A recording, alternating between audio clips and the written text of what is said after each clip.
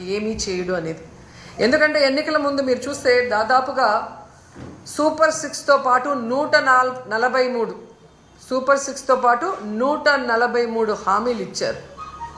కానీ ఈరోజు ఏ హామీ గురించి ఎలాంటి క్లారిటీ లేకపోవటం చాలా దురదృష్టకరం.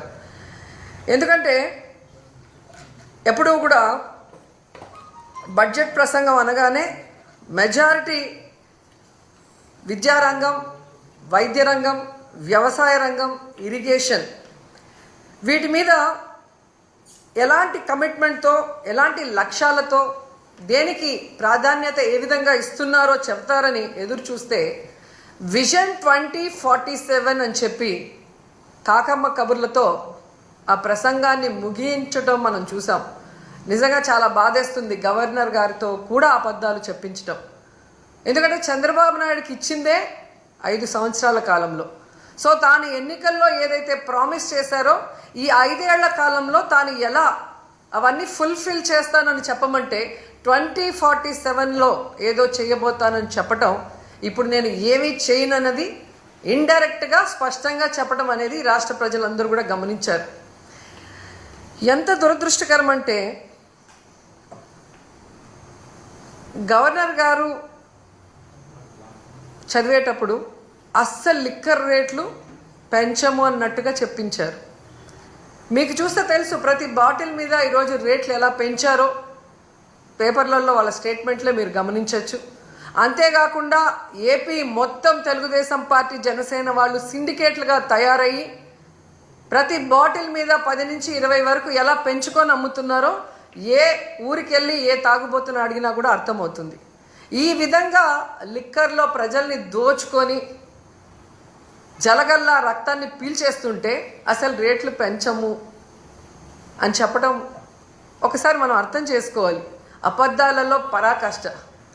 అలాగే విద్యుత్ ఛార్జీలు ఎన్నికల్లో స్పష్టంగా చెప్పారు, మేము అధికారంలోకి వస్తే 5 సంవత్సరాలు విద్యుత్ ఛార్జీలు పెంచము అని ఘంటాపథంగా చెప్పిన వాళ్ళు అధికారంలోకి రాగానే 15,000 కోట్లు విద్యుత్ ఛార్జీలు పెంచడమే కాకుండా ఇంకా భారాన్ని పెంచే దిశగా ప్రణాళికలు తయారు చేస్తూ గవర్నర్ గారి చేత విద్యుత్ ఛార్జీలు పెంచలేదు అన్నట్టుగా మాట్లాడించటము చాలా సిగ్గుచేటు చంద్రబాబు నాయుడు గారని ఈ సందర్భంగా తెలియజేసుకుంటున్నాను. అండ్ ఈరోజు మీరు ముఖ్యంగా చూస్తే చాలామంది మహిళలు చంద్రబాబు నాయుడు వస్తే ఇంట్లో ఎంతమంది ఉంటే అంతమంది మహిళలకి 1500 ఇస్తారు అన్నారు. ఆ 1500 ఇస్తారేమో అని ఆతృతగా ఎదురు చూస్తే దాని ప్రస్తావనే లేదు. అలాగే మీరు చూస్తే రైతు భరోసా గురించి ప్రస్తావనే లేదు, ఫ్రీ బస్సు గురించి ప్రస్తావనే లేదు. అమ్మఒడి జగనన్న ఇస్తూ ఉన్నారు, మేము తల్లికి వందనం ఇస్తాము అని చెప్పి గొప్పగా ప్రచారం చేసుకున్నారే కానీ ఈ రోజుటి వరకు 9 నెలలు అవుతుంది, ఒక్క పైసా ఇవ్వలేదు తల్లికి వందనం. కనీసం జగనన్న ఇస్తున్న ఆ అమ్మఒడిని కూడా కంటిన్యూ చేయకుండా ఈరోజు ఎగ్జామ్స్ కూడా వచ్చేసాయి. అంటే ఏ విధంగా పిల్లల్ని మోసం చేశాడో అనేది మనం కళ్ళారా చూడాలి. అంతేకాకుండా మీరు చూస్తే రైతన్నలకి అన్నదాత సుఖీభవ 20,000 ఇస్తాము అన్నారు. వాళ్ళకి అలాగే చంద్రబాబు నాయుడు కవుల పిల్లలు అంటారు. ఆయన రాగానే ఎలా కరువు వచ్చి అందరూ అల్లాడిపోతున్నారో మనం చూస్తున్నాం. గిట్టుబాటు ధర లేదు, అలాగే పెట్టుబడి సహాయం లేకపోతే ఆ రైతులు ఏమవ్వాలి?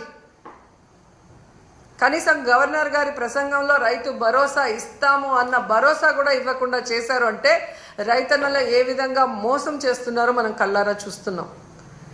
ముఖ్యంగా విద్యార్థులు, ఈరోజు విద్యార్థులు అమ్మఒడి లేకుండా ఇబ్బంది పడుతుంటే చదువుకున్న పిల్లలకి ఉద్యోగాలు ఇస్తాం లేదా నిరుద్యోగ భృతి 3,000 ఇస్తామని చెప్పి మోసం చేసి అధికారంలోకి వచ్చాక ఈరోజు మీరు చూస్తే ఏ విధంగా వాళ్ళందరికీ కాంట్రాక్ట్ ఉద్యోగాలు కానీ అలాగే అవుట్సోర్సింగ్ ఉద్యోగాల్ని ఎలా తీసేస్తున్నారో, ఉన్న వాళ్ళని వాలంటీర్స్ని ఎలా తీసేశారో మనం చూస్తున్నాం.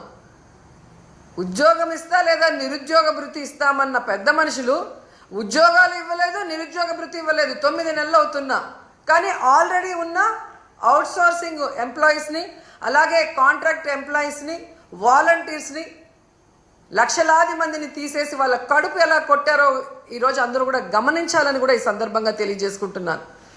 ముఖ్యంగా ఉద్యోగస్తులు చంద్రబాబు నాయుడు వస్తే ఏదో చేసేస్తాడు అని దేవుడు లాంటి జగనన్నని ఈరోజు ఓడించడానికి కంకణం కట్టుకున్నారే.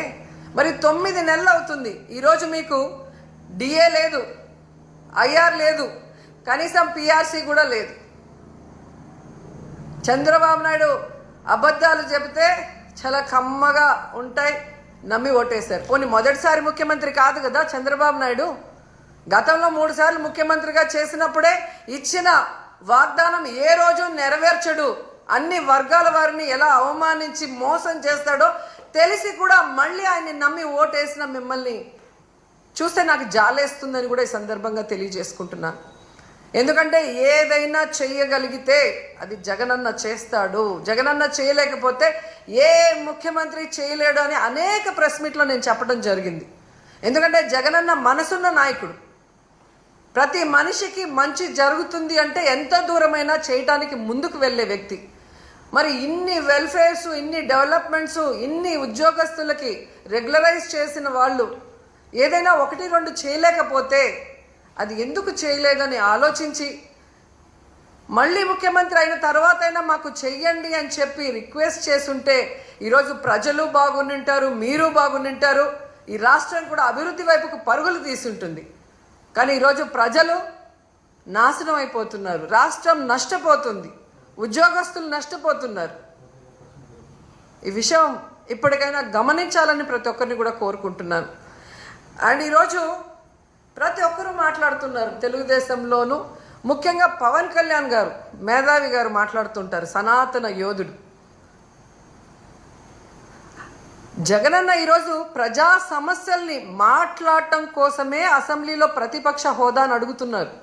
ఎందుకంటే ఒక ప్రతిపక్ష హోదా ఉన్నప్పుడు ఇంత సమయం అని ప్రతిపక్ష పార్టీకి కేటాయిస్తారు కాబట్టి ఈ రాష్ట్రంలో ఉన్న ప్రజల కష్టాల్ని, వాళ్ళు ఏదైతే ఎదురు చూస్తున్నారో వాటిని ప్రభుత్వం దృష్టికి తీసుకురావటం కోసం ఈరోజు అన్న అడుగుతూ ఉంటే వంకర టింకర్గా మాట్లాడతాడు పవన్ కళ్యాణ్ గారు.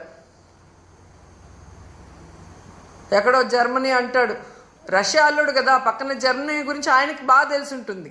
కానీ ఆంధ్రప్రదేశ్లో ఏం జరుగుతుందో ఆయనకు తెలియకపోవడం మాకు బాధాకరం.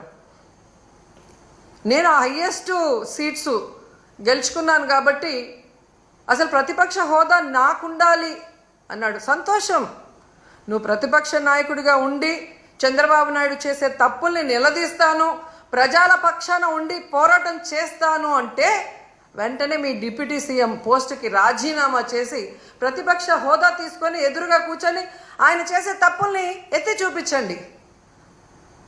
ఆ పని మీరు చేయలేరు కదా. చంద్రబాబు నాయుడికి కష్టం అంటే డైవర్షన్ పాలిటిక్స్ చేస్తారు, చంద్రబాబు నాయుడు గారికి కష్టం అంటే రోడ్డు మీద పడుకుంటారు.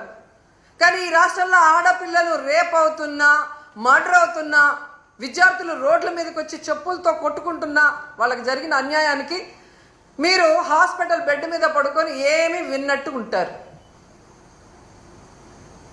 ఎన్నికల ముందు మీ స్పీచ్లో ఆవేశంగా మీరు చెప్తుంటే నిజమని నమ్మిన వాళ్ళు ఈరోజు వాళ్ళ చెప్పులతో వాళ్ళు కొట్టుకుంటుంటే అయినా మీకు అర్థమవుతుందంటే అది కూడా అర్థం కాకుండా మళ్ళీ జగనన్నను బ్లేమ్ చేస్తున్నారు. మీకు నిద్రపోయినా, మెలుకున్నా, అసెంబ్లీకి వచ్చినా, బయటికి వెళ్ళినా ఎప్పుడు జగన్ జగన్ జగన్ జగన్ని ఎలా తిట్టాలి, జగన్ మీద ఎలా దుమ్మెత్తిపోయాలన్న ఆలోచన తప్ప మరొకటి లేదా? 9 నెలలైంది మీరు అధికారంలోకి వచ్చి. మెజారిటీ సీట్లు మీకున్నాయని గొప్పగా చెప్పుకుంటున్నప్పుడు 11 సీట్లను ఎక్కిరించే మీరు 11 సీట్లున్న జగనన్నకి ప్రతిపక్ష హోదా ఇవ్వడానికి ఎందుకు భయపడుతున్నారు? ఒకవేళ మీరు గవర్నర్ స్పీచ్లో చెప్పినట్టు గత ప్రభుత్వంలో జగన్ గారే తప్పులు చేయడం వల్ల నష్టపోయి ఉంటే ఆయన ప్రతిపక్ష హోదా ఇస్తే అసెంబ్లీకి వస్తారు కదా, అప్పుడు నిలదీయండి, ప్రూఫ్లు చూపించండి. అంటే మీ పచ్చ మీడియాలో మీరు మాట్లాడే మాటలంతా కూడా అబద్ధాలు, కేవలం జగన్ని బ్యాడ్గా చూపించడానికి మీరు ప్రయత్నం చేశారు. అదే అసెంబ్లీలో అయితే ప్రూఫ్లతో కూడా చూపించాలి, అక్కడ జగన్ ఎంత మంచివాడు, ఈ రాష్ట్రాన్ని ఎంత అభివృద్ధి చేశాడు, ఈ రాష్ట్ర ప్రజలకు ఎంత వెల్ఫేర్ చేశాడు, ఎంత డెవలప్మెంట్ చేశాడో చెప్పాల్సి వస్తుంది. కాబట్టే ఈరోజు మీరు ఆయనకు ప్రతిపక్ష హోదా ఇవ్వటానికి నిరాకరిస్తూ మేకపోతు గాంభీర్యాన్ని ప్రదర్శిస్తున్నారు అనటంలో ఎటువంటి సందేహం లేదని కూడా ఈ సందర్భంగా తెలియజేసుకుంటున్నా. ఎందుకు ఇంత గంటాపదంగా నేను చెప్తున్నానంటే,